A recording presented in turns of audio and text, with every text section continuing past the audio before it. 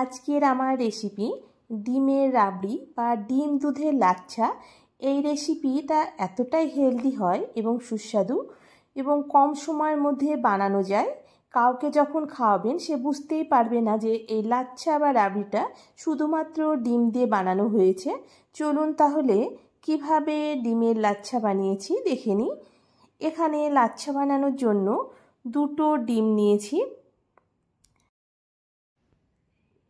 এখানে 10 টাকা দামের যে মিল্ক পাউডারটা থাকে সেই গুঁড়ো দুধ নিয়েছি, দুটো তেজপাতা নিয়েছি, এক টুকরো দারুচিনি, 3টে ছোট এলাচ, 2 চামচ গুঁড়ো চিনি নিয়েছি, 50 গ্রাম চিনি নিয়েছি আর হাফ লিটার গরুর দুধ নিয়েছি।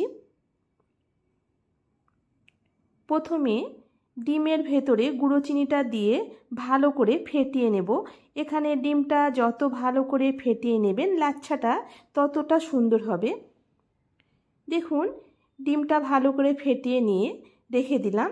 এরপর ওভেনে দুধটা বসিয়ে দিলাম।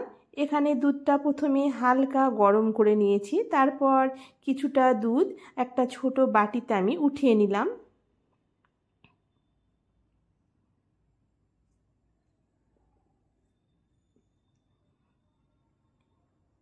এরপর মিল্ক পাউডারটা এই দুধের ভেতরে ভালো করে মিশিয়ে নেব।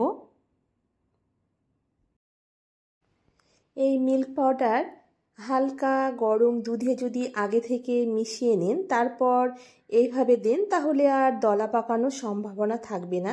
আর গরম দুধে যদি মিল্ক পাউডার দেন তাহলে দলা পাকিয়ে যাবে। এরপর জাল করে হাফ লিটার দুধকে আমি 250 ml করে নেব।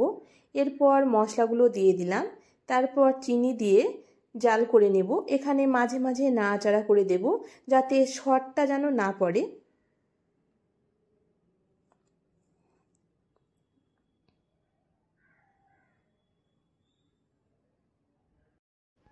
এখানে যেহেতু মিল্ক পাউডার দেওয়া আছে দুধটা তাড়াতাড়ি ঘন হয়ে যাবে। এখানে খুব সামান্য পরিমাণ লবণ দিলাম। যে কোনো মিষ্টি খাবারে এইভাবে একটু লবণ দিয়ে দেখবেন, খুব ভালো লাগবে খেতে।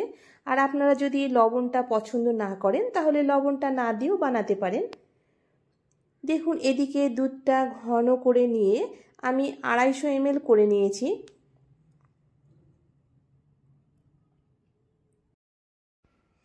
এদিকে দুধটা ঘন হয়ে গেছে। এরপর মশলাগুলো উঠিয়ে নিলাম।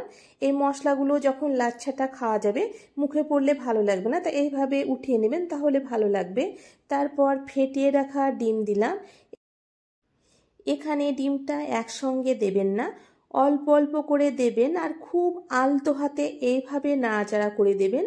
এইভাবে আলতো হাতে নাড়াচাড়া করে দিলে লাচ্ছা যেমন একটা সুতোর মতো ভাব থাকে, ডিমটাও ঠিক এইভাবে লাচ্ছার মতো হয়ে যাবে। দেখে বুঝতে পারছেন এখানে ডিমটা আমি একসঙ্গে না দিয়ে 3 বারে ডিমটা দিলাম, আর যদি একসঙ্গে দেন তাহলে দলা পাকিয়ে যাবে। এরপর খুব আলতো হাতে নাড়াচাড়া করে দিয়েছি। দেখেই বুঝতে পারছেন একদম লাচ্ছা সিমাইয়ের মতো লাগছে।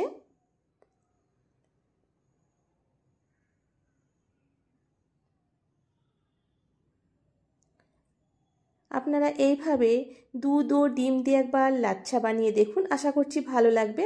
ভালো লাগলে অবশ্যই চ্যানেলটিকে সাবস্ক্রাইব করবার অনুরোধ রইল।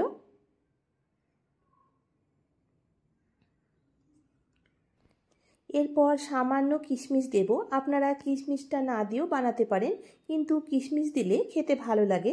তারপর মিনিট 2-3 আবারও নাড়াচাড়া করে দিয়ে গ্যাসটা বন্ধ করে দিয়ে পরিবেশন করব ডিম দুধের লাচ্ছা। আপনারা এইভাবে একবার ডিম দুধের লাচ্ছা বানিয়ে দেখুন, আশা করছি ভালো লাগবে। আজকের মতো এই পর্যন্ত, দেখা হচ্ছে পরবর্তী ভিডিওতে। ততক্ষণে সবাই ভালো থাকবেন, সুস্থ থাকবেন। ধন্যবাদ বন্ধুরা আমার আজকের এই ভিডিওটি দেখার জন্য।